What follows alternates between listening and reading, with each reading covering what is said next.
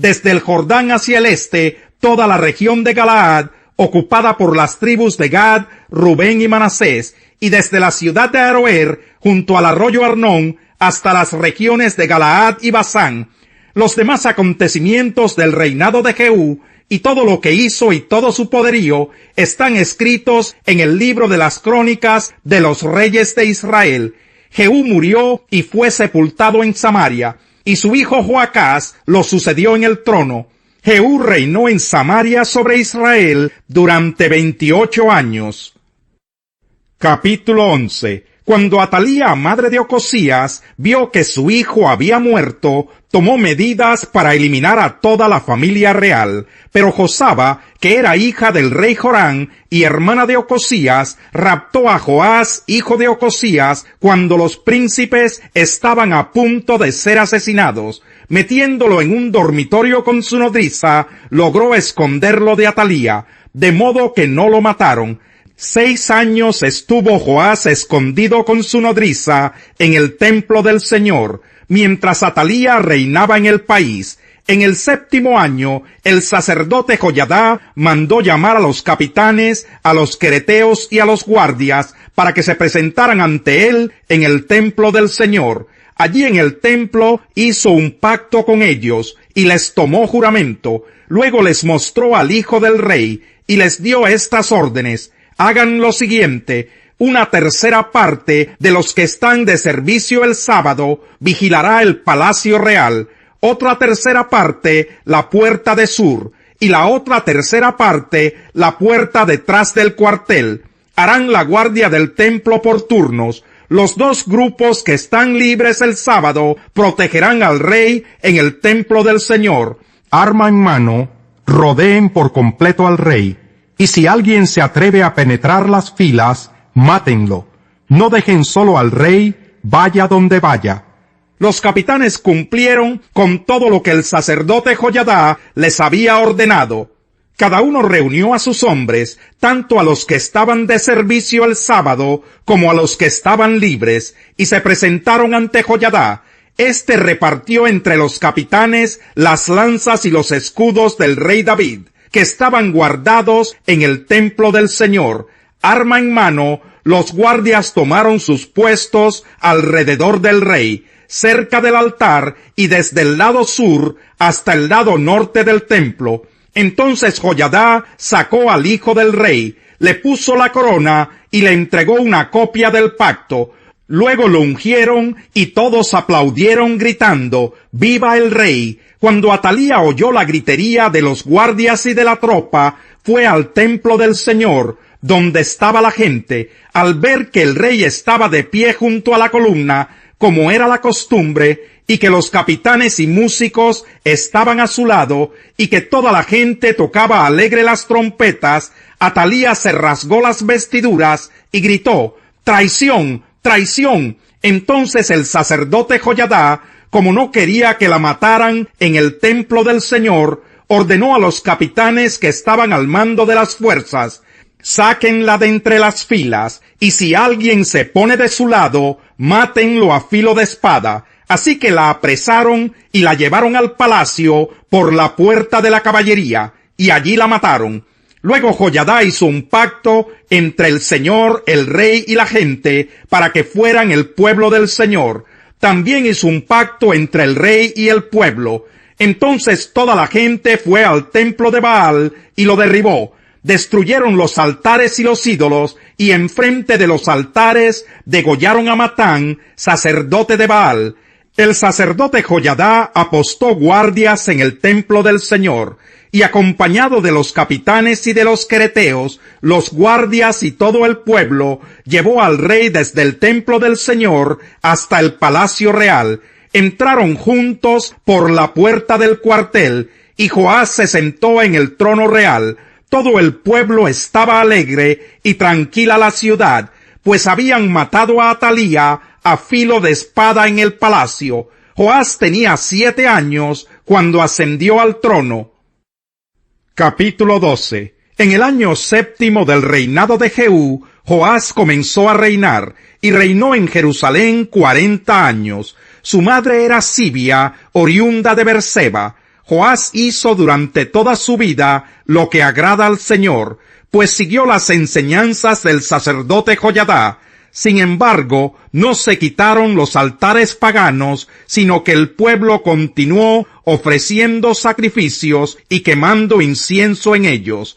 Un día Joás ordenó a los sacerdotes: recojan todo el dinero que cada persona traiga al templo del Señor como ofrenda sagrada, incluso el impuesto del censo, el dinero de votos personales y todas las ofrendas voluntarias.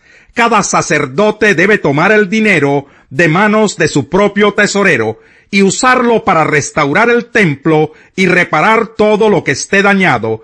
En el año 23 del reinado de Joás, sucedió que como los sacerdotes no habían hecho reparaciones al templo, el rey llamó al sacerdote Joiada y a los otros sacerdotes y les recriminó: ¿por qué no han comenzado la restauración del templo? De aquí en adelante ya no recibirán dinero de manos de los tesoreros y deberán entregar lo que tengan para que se repare el templo. Los sacerdotes accedieron a no recibir más dinero del pueblo y renunciaron al encargo de restaurar el templo. Sin embargo, el sacerdote Joiada tomó un cofre y después de hacer una ranura en la tapa, lo puso junto al altar, a la derecha, según se entra en el templo del Señor.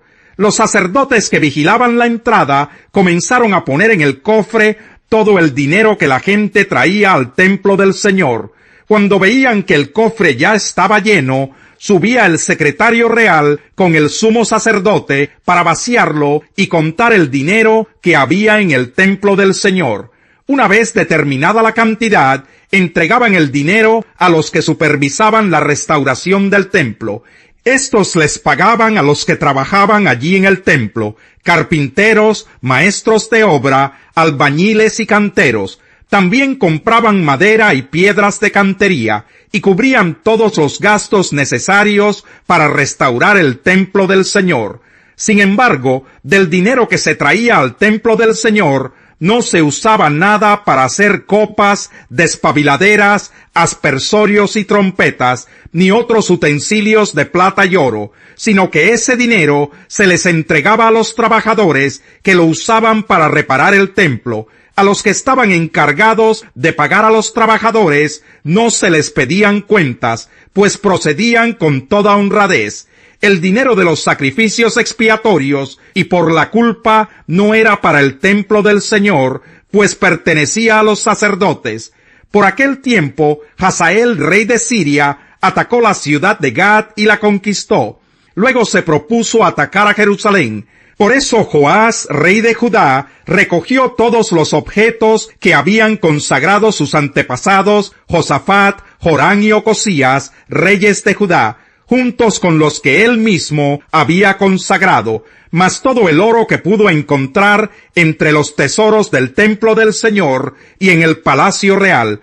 Todo esto se lo envió a Hazael, rey de Siria, el cual se retiró de Israel. Los demás acontecimientos del reinado de Joás y todo lo que hizo están escritos en el libro de las crónicas de los reyes de Israel. Sus propios ministros conspiraron contra él y lo asesinaron en Bet-Miló, camino a Sila.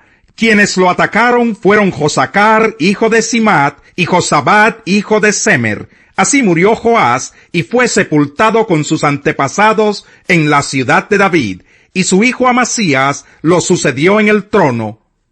Capítulo 18.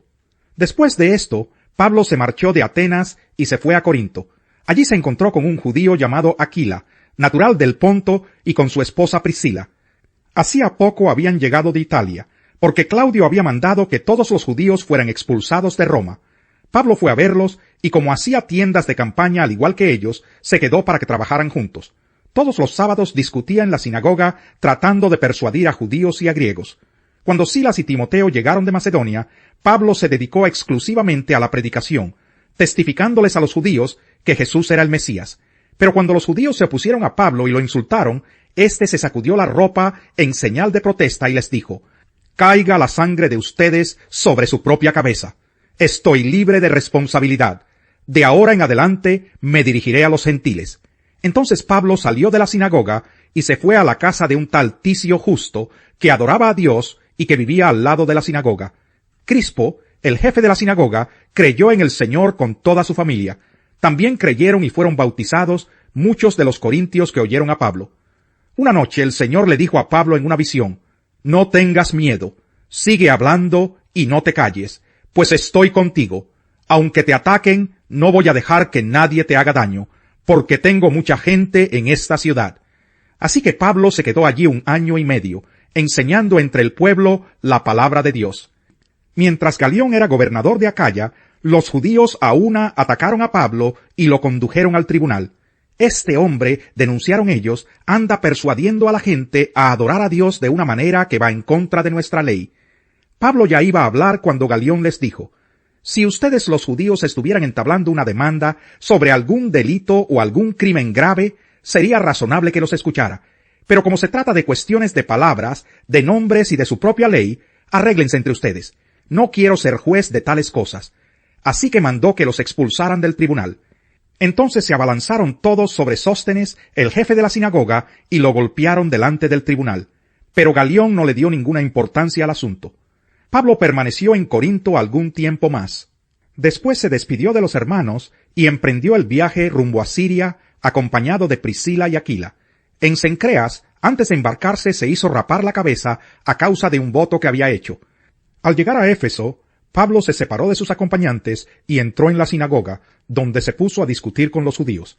Estos le pidieron que se quedara más tiempo con ellos. Él no accedió, pero al despedirse les prometió: «Ya volveré si Dios quiere», y zarpó de Éfeso.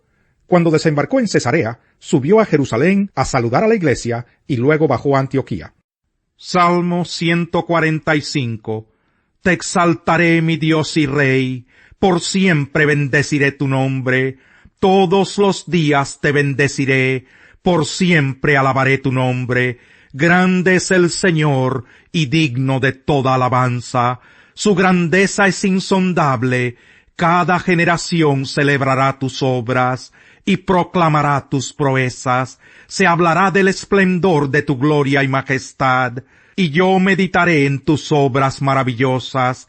Se hablará del poder de tus portentos, y yo anunciaré la grandeza de tus obras. Se proclamará la memoria de tu inmensa bondad, y se cantará con júbilo tu victoria. El Señor es clemente y compasivo, lento para la ira y grande en amor. El Señor es bueno con todos, Él se compadece de toda su creación. Que te alaben, Señor, todas tus obras, que te bendigan tus fieles, que hablen de la gloria de tu reino, que proclamen tus proezas, para que todo el mundo conozca tus proezas, y la gloria y esplendor de tu reino. Tu reino es un reino eterno, tu dominio permanece por todas las edades. Fiel es el Señor a su palabra, y bondadoso en todas sus obras. El Señor levanta a los caídos, y sostiene a los agobiados. Los ojos de todos se posan en ti, y a su tiempo les das su alimento. Abres la mano, y sacias con tus favores a todo ser viviente. El Señor es justo en todos sus caminos, y bondadoso en todas sus obras. El Señor está cerca de quienes lo invocan en verdad.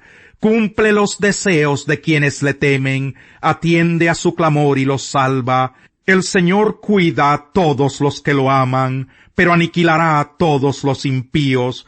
Prorrumpa mi boca en alabanzas al Señor, alabe todo el mundo su santo nombre, por siempre y para siempre. Capítulo 18. El egoísta busca su propio bien, contra todo sano juicio se rebela.